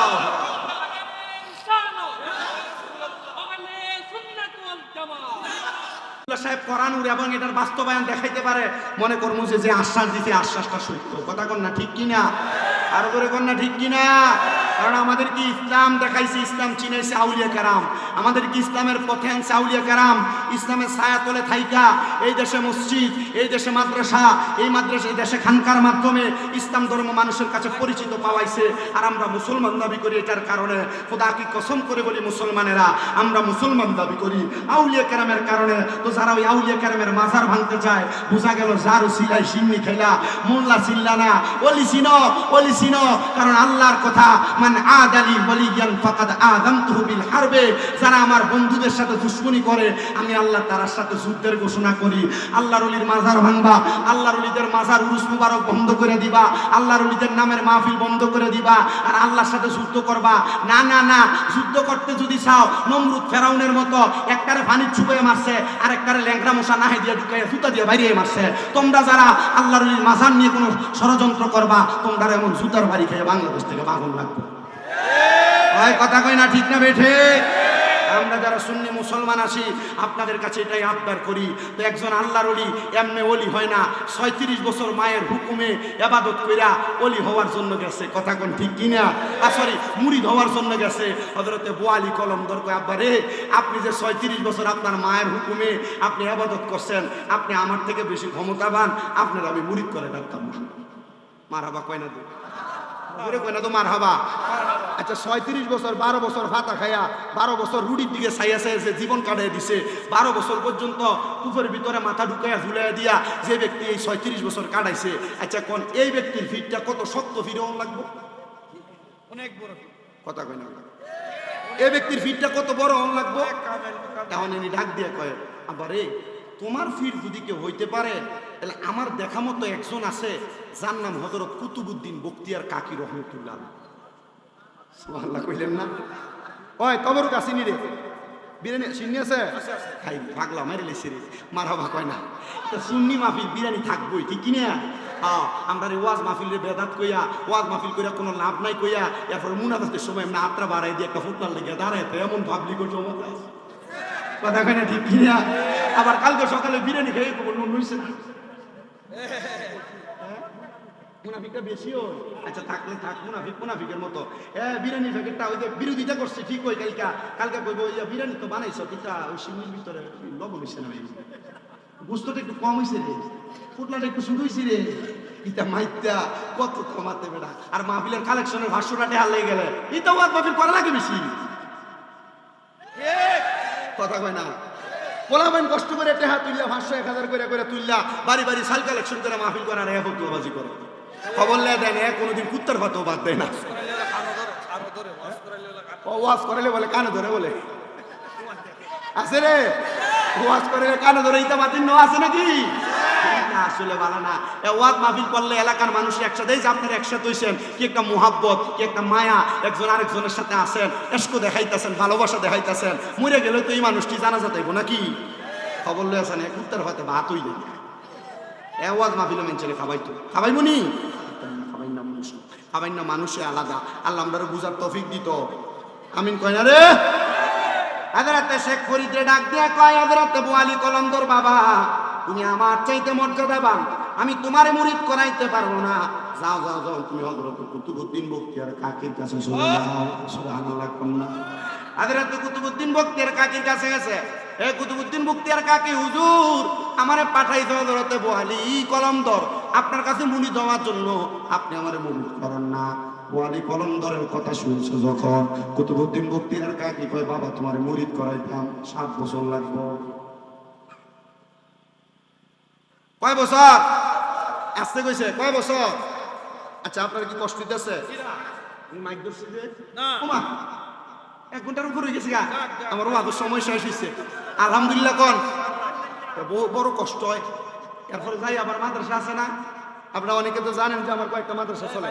এই যে আজকে শনিবারের দিন গেছে হুজুর, আজকেও করতে গেছে 4 জন এসে ভর্তি করলে, এক বিটির ফোলা 5.5 বছর তারা লই এসে ভর্তি করাই তো। কারণ এটার দুধ খাওয়াবেন আপনি, ঘরে রাখবেন, আদর যুক্ত করবেন, এটা আনছেন কিনতেন হুজুর না, শুধু আপনার জিকির লাগাই দিলে তাকে ভাত খানে খায় না, আপনার কাছে রেখে দেন। এটা কি বেডি এটা? আরেকটা লয়ে এসে হুজুর হাফেজ হয়ে গেছে গা, আপনার কাছে রাহেন, আপনার কাছে থাকলে তো ভালো থাকবো, আমি এটা বুঝিয়া লেগে দিয়ে দিছি। হাফেজ কোয়া মানে আমি ঠিক আছে আব্বা, তুই আমার কাছে শোনা, তোর নিয়ত হইলো তুই ওই দিন আমার মাদ্রাসা থেকে যাইতে পারবি যেদিন সকাল থেকে সন্ধ্যার ভিতরে পুরা কোরআন শরীফ শোনাইতে পারবি। দেখো হুজুর ঠিক আছে, মারহাবা কন্যা। তো আরেকটা নিয়ে দিছে কসবা বাড়ি, কসবা বাড়াই গ্রাম, এর বাম দিকে ডান দিকে এক সাইড হুজুর একবারে অবশ, চলতে ফিরতে কষ্ট হয়। এর নানি আর এর নানির ভাই, এটা তো নানই, এর নিয়ে কয় হুজুর আগে অন্য মাদ্রাসা 6 ফারা পড়ছে, কিন্তু হুজুর আইজগা কয়েকটা দিন 6-7 মাস হয়েছে অসুস্থ, নোয়াখালী চিকিৎসা হয়েছে হুজুর। এখন তে আপনার ওই যে অসুস্থ ছিল শুয়ে শুয়ে আপনার ওয়াশ দিতে দেখছে, এখন থেকে কইতাছে যে আমি স্বামী রেজার মাদ্রাসা পড়তাম। মারহাবা কইতেন না? আর জুড়ে কন্যা মারহাবা। মাদ্রাসা আমি আইতে গাড়ি কইলাম রে রে মাদ্রাসা তো ঘুরে গেছে গা, মাদ্রাসা মনে আরেকটা করণ লাগবে। দোয়া করতেন না আপনারা? চিস্তি সাহেব দোয়া করতেন নি? এটা তো খাজা বাবার পাগল, মারহাবা কন্যা। চিস্তিয়া তরিকার না তো যে ফরিদুদ্দিন গঞ্জ শুকর রহমতুল্লাহ আলাই, উনিও কিন্তু চিস্তিকা তরিয়ার একজন সাধক ছিলেন। জোরে কন্যা মারহাবা। আমি আমার যত আপনাদের মাদ্রাসার ভিতরে আমার যে ছাত্ররা আছে, আলহামদুলিল্লাহ আপনাদের দোয়ায় আমার ছাত্ররা প্রত্যেকদিন আসরের পরে খতমে খাজাগান কইরা সমস্ত দেশবাসীর জন্য দোয়া করে। প্রত্যেকদিন এশারের নামাজ ফজরের নামাজের আগে রাত্রি 3:30 4টায় উঠা আমার ছাত্ররা তাহাজ্জুদ করে দেশবাসীর জন্য দোয়া করে। মারহাবা কইলেন না? আর জোরে কন্যা মারহাবা। এটা আল্লাহ তাআলার একটা খাস ফয়সালা। এক পোলা এর বাপে সরকারি চাকরি করে, এর মারে যে কাম্মা গো ছুটিতে বাড়িতে কোন মাদ্রাসায় দিলা, দোয়া দুরু তো পড়ে না, মিলাদ কিয়ামও করে না, এটা শুধু পড়ালেই ব্যস্ত থাউন লাগে। একটু মিলাদ শরীফ পড়লেও তো ভালো লাগে, আনন্দ লাগে, ফুর্তি লাগে। দেখো না এমন কোন হুজুর আসেনি যার মাদ্রাসায় গেলে মিলাদ শরীফ পড়ন দেবো। এমন আইসে আলহামদুলিল্লাহ মা হুজুর আমি দেখছি আপনি মিলাদ শরীফ পড়েন, ছাত্ররা আপনার দেখেও যুবক ফোলাফাইন, আমি আমার মাদ্রাসার ছাত্ররা লইয়া আমি কত আনন্দ ফুর্তি করছি। আমার ফোলাফান্ডে লইয়া আমি চকলেট খাওয়াই, খিচুড়ি লোকমা দিয়ে খাওয়াই দেই। এই যে রোজার মাস গেছে সবাই তো মাদ্রাসা ইফতার করাইছে, আমি কইছি যে না আমার ফোলাফান্ডিরে ঘরের ভিতর বন্দি না রেখা গুমতি নদীর ফার কুমিল্লাতে নিয়ে ইফতার করাইছি। মারহাবা কইনা না? আর হুজুরে কন্যা মারহাবা। এটা আমার শখ, আমি এটা আদর যত্ন করে রাহি, চলি ফিরি, খাই, যা করার আদর যত্ন সব করি। এমনও মা বাবা আছে আমার কাছে দিয়ে রাখছে ফোলাফান্ডি, কইছে হুজুর আমার কোনো কিছুর দরকার নাই, আপনার কাছে ফোলাটা দিয়ে দিলাম, শুধু এর দূর লাগবো আমার ফুটজন আমি মরার পরে জানাজা ফরাইতে পারে, এ কথা কই এখন দাদা। মারহাবা কন্যা। আমি আমার পোলাপান্ডিরে রাখছি। তো ফরিদুদ্দিন গঞ্জ শুকর রহমতুল্লাহ আলাই যখন গেছে শেখ ফরিদের হযরতে কুতুবউদ্দিন বখতিয়ার কাকি কাবারে মুরিদ হইতাইছ, হ হুজুর, তো বাবা মুরিদ আইজ কইতে পারতা না, একটা না 7 বছর পর্যন্ত খেদমত করা লাগবো, 7 বছর যদি খেদমত করতে পারো তাহলে তুমি মুরিদ হইতে পারবা না, পারতাম না। মারহাবা কইলেন না? হযরতে শেখ ফরিদ রহমতুল্লাহ আলাই একটানা 7 বছর পর্যন্ত হযরতে কুতুবউদ্দিন বখতিয়ার খাকি রসুর পানি গরম করে করে সকালবেলা এনে দিতেন, ফজরের আগে তাহাজ্জুদের সময়, ঘুমাইতো না রাতে। কয় বছর? 7 বছর পানি গরম করে আইনা দেয়। 7 বছর হয়ে যাবে, বাকি আছে আর একদিন এক রাত্র। হযরতে কুতুবউদ্দিন বখতিয়ার খাকি রহমতুল্লাহ আলাইহির পানি গরম করবে, ওই রাত্রবেলা পানি গরম করে হুজুরের কাছে নিয়ে যাবে। এমন টাইমে যে পাতিলে করে পানি নিয়ে যায় ওই পাতিল ভাঙ্গে গেছে। হুজুর একদিন কি মাফ করা যায় না? কয় না রে বাবা, 7 বছর খেদমতের কথা বলছি, যে তো পারো নাই, না তোমারে মুরিদ করানো যাবে না। হুজুর আমারে মুরিদ করে দেন না, আমি আপনার কাছে মুরিদ হইতে চাই। ডাক দিয়া কয় বাবা মুরিদ যে তো হইবা তাহলে আরো 7 বছর খেদমত করো, পানি গরম করো, গরম পানি আগে দিবা, ওই পানি দিয়ে আমি ওযু করব, তখন তুমি পারবা আমার কাছে মুরিদ হইতে। হযরতে শেখ ফরিদ রহমতুল্লাহ আলাই একটানা 7 বছর খেদমত করছে, বাকি আছে এক রাত। কয় রাত? জোরে কয় না কয় রাত? এক রাত। কিন্তু ওই দিন কুতুবউদ্দিন বখতিয়ার কাকে আল্লাহর কাছে দোয়া করে, আল্লাহ এলাকার যত মানুষ দেখা যায় সব মানুষের বাড়ির আগুন তুমি নিভে দাও, আর আমার ফরিদুদ্দিনের শেখ ফরিদুদ্দিনের কাছে যখন আগুন ধরাইতে যাবে যেন আগুন না ধরাইতে পারে, তুমি সে ব্যবস্থা করে দাও। একদিন মাত্র বাকি, শেখ ফরিদ আল্লাহর কাছে কান্দে, আল্লাহ কোন জায়গার মধ্যে আগুন নাই, আল্লাহ গো আমি কেমনে আমার পীরের জন্য আমি পানি গরম করব, আল্লাহ তুমি আমার একটা ব্যবস্থা করে দাও না, আমি পানি পাইতাম কই। পুরা বাদু এলাকা হযরত শেখ ফরিদ রহমতুল্লাহ আলাইহি পুরা পাঞ্জাব এলাকা তন্ন তন্ন করে খুঁজে, কোন জায়গার মধ্যে পানি নাই, কিন্তু কোন জায়গার ভিতরে আগুন নাই। শেখ ফরিদ রহমতুল্লাহ আলাইহি ডাক দিয়া কয়, আমি দেখলাম একটা নর্তকী মহিলা বেশ্যা মহিলা, তার ঘরের ভিতরে আগুন জ্বলতাছে। আমি আর কোনো উপায় না পাইয়া আমি মুড়ি দেওয়ার জন্য ওই নর্তকী মহিলার ঘরের সামনে দিয়ে ডাক দিলাম। আসুনি ঘরের মধ্যে কোনো মানুষ। মহিলাটা ঘরের দরজা খুলছে, আমি দেখলাম তার পোশাক আশাক গুলা ঠিক নাই। আমার দিকে তাকায় ডাক দিয়া কয়ে, যুবক, কিন্তু বয়স কিন্তু 36। আল্লাহর যারা ওলি মুরাকাবা মুশাহাদা করে, পেট মুড়া হয় না, বড় হয়ে যায় না, এরা থাকে আল্লাহ তাআলার কুদরতি হালতে। আল্লাহ তাআলা এদেরকে এদের মতো করে রাইখা দেয়। জোরে কোন মারহাবা। এ নর্তকী মহিলা ডাক দিয়ে কয়, এই শেখ করি, আমার ঘরের দরজায় কেন?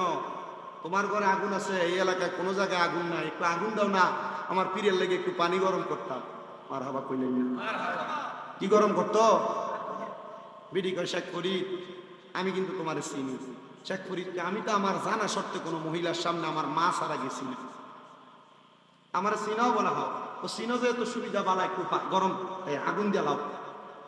শেখ ফরিদ রহমতুল্লাহ আলাইহি, শেখ ফরিদ, তোমার চোখটি আমার খুব পছন্দ। কি পছন্দ? তোমার একটা চোখ যদি দিতে পারো তাহলে আমি তোমারে আগুন দেব। আচ্ছা, কুদুর আগুনের লেগে আপনারা কেউ যদি চোখ জ্বালাইতেন, দিবাই? 5 লাখ টাকা দেবেন, দিবেননি? 10 লাখ দিলে দেন না তো? হযরত শেখ ফরিদ রহমতুল্লাহ আলাইহি ডাক দিয়া কয়, মহিলা নেও, তুমি চোখ নিয়ে যাও, তবু আগুন দাও। আরেক চোখ দিয়া দিছে,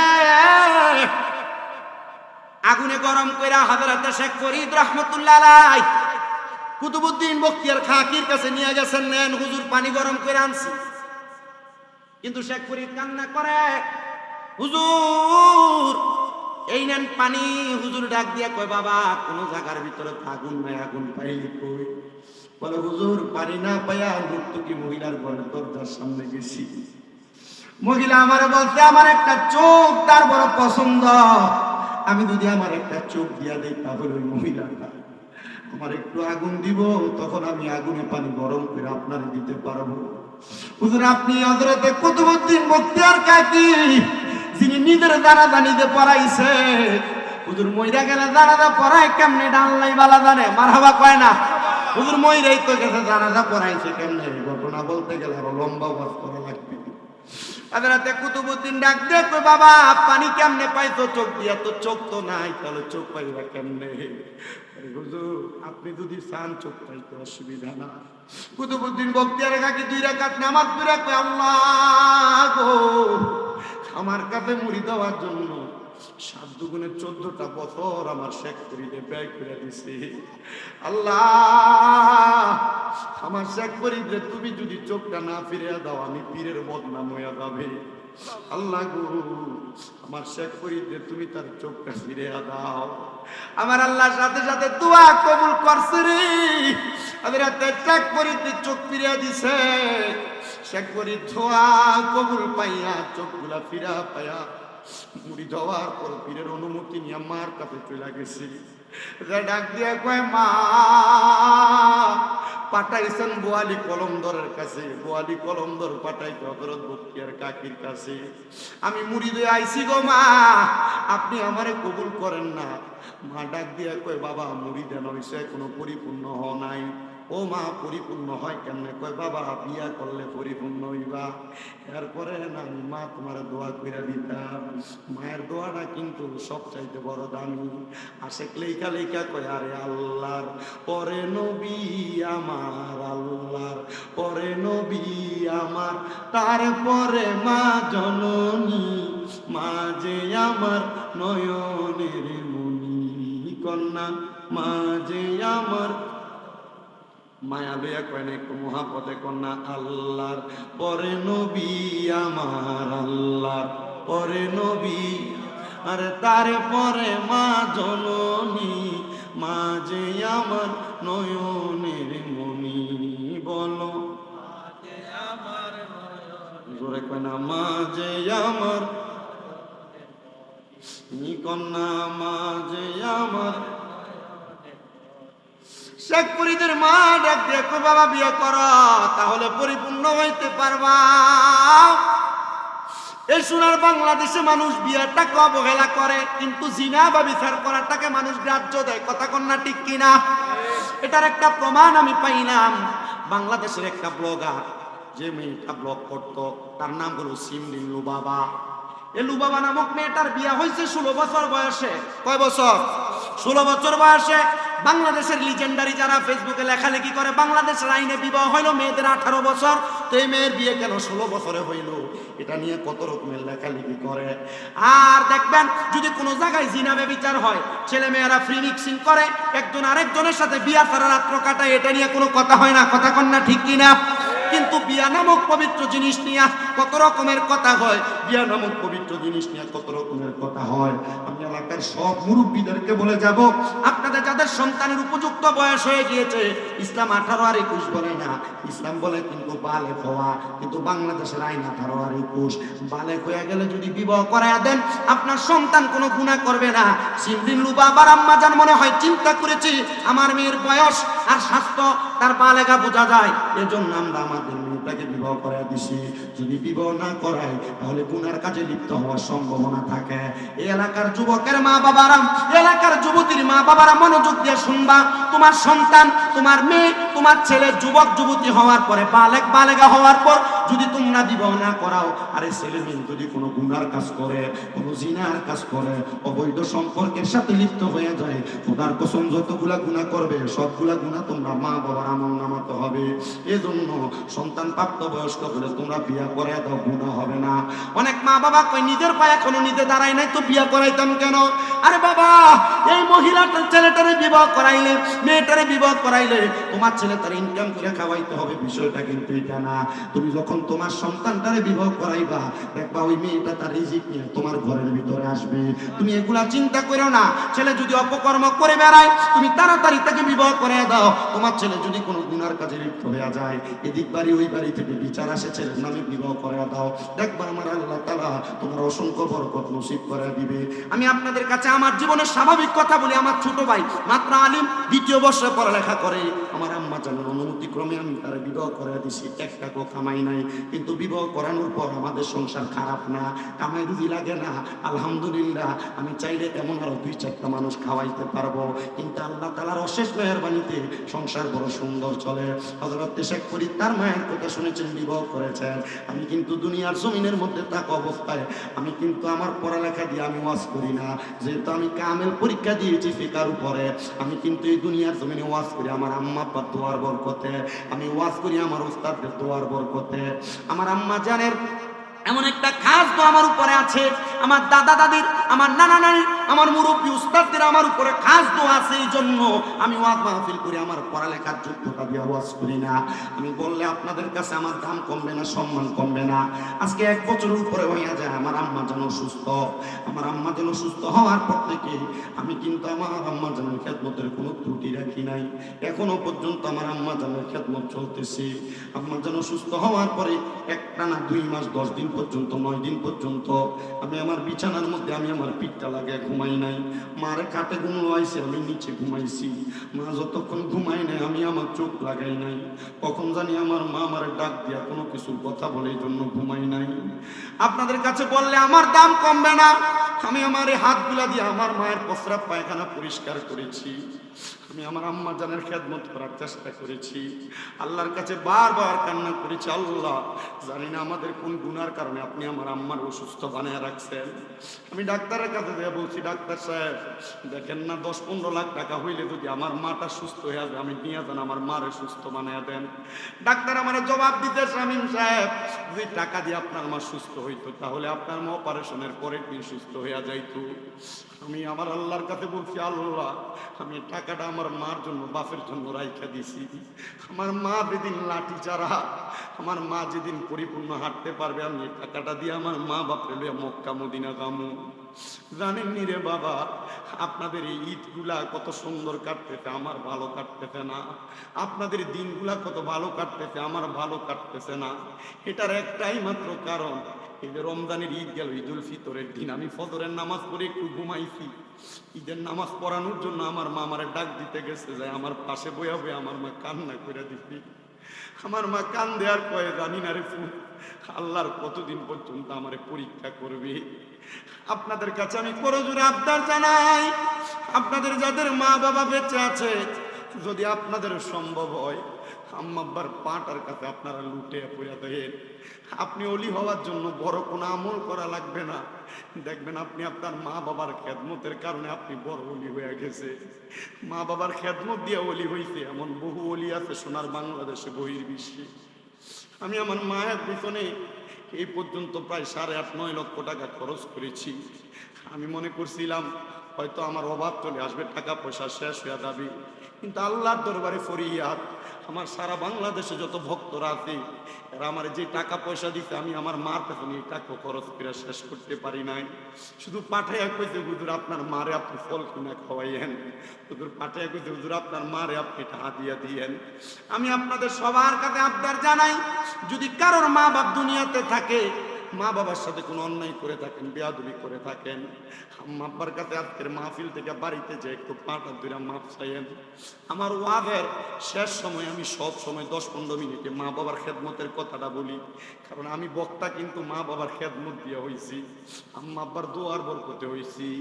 সবার কাছে আবদার, এই ওয়াজটা শেষ করে বাড়িতে যাবেন, কখনো যদি মা বাপরে ধমক দিয়ে থাকেন, মা বাপরে জুদা করে দিয়ে থাকেন, মা বাপরে খানা দিয়ে না দিয়ে থাকেন, মা বাপের উপর অত্যাচার করে থাকেন, এখান থেকে বাড়িতে যে মা বাবার পাগুলার মধ্যে ধরবেন আর বলবেন মা আল্লাহর হস্তে আমি সন্তানরে মাফ করে দাও, আব্বাজান আল্লাহর হস্তে আমারে তুমি মাফ করে দাও। যতক্ষণ পর্যন্ত মা বাপ মুখ দিয়া বলছে মাফ করে দিছি, ততক্ষণ মা বাবার পা চাইরো না, কারণ মা বাপ যদি মাফ না করে স্বয়ং আমার আল্লাহ তোমারে মাফ করবে না। বাবা যদি মাফ না করে আল্লাহ তোমারে মাফ করবে না। মা বাবার মনে কষ্ট দিলে স্বয়ং আমার আল্লাহ কষ্ট পাওয়া যায়। আল্লাহর নবী তো বলছে বাবাকে তোমরা কাবা জানিও, মদিনা জানিও মাকে, যদি গো তারা বেঁচে থাকে। নবী বলেন আমি সেবি নাই, সেবিতে পারি নাই, সেবিও আমার উম্মত, সেবিও আমার উম্মত। বাবার মুখেতে মায়ের মুখেতে যে তুলে দেয় খানা, রাজি থাকে রাব্বানা। নবী বলেন আমি করি নাই, করিতে পারি নাই, করিও আমার উম্মত, করিও আমার উম্মত।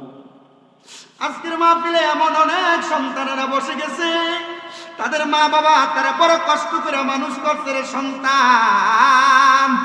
আব্বা তিরা লুঙ্গি পরতে তোমার সুন্দর জামা কাপড় পরাইছে, মা তিরা কাপড় পরতে তোমার সুন্দর জামা কাপড় পরাইছে।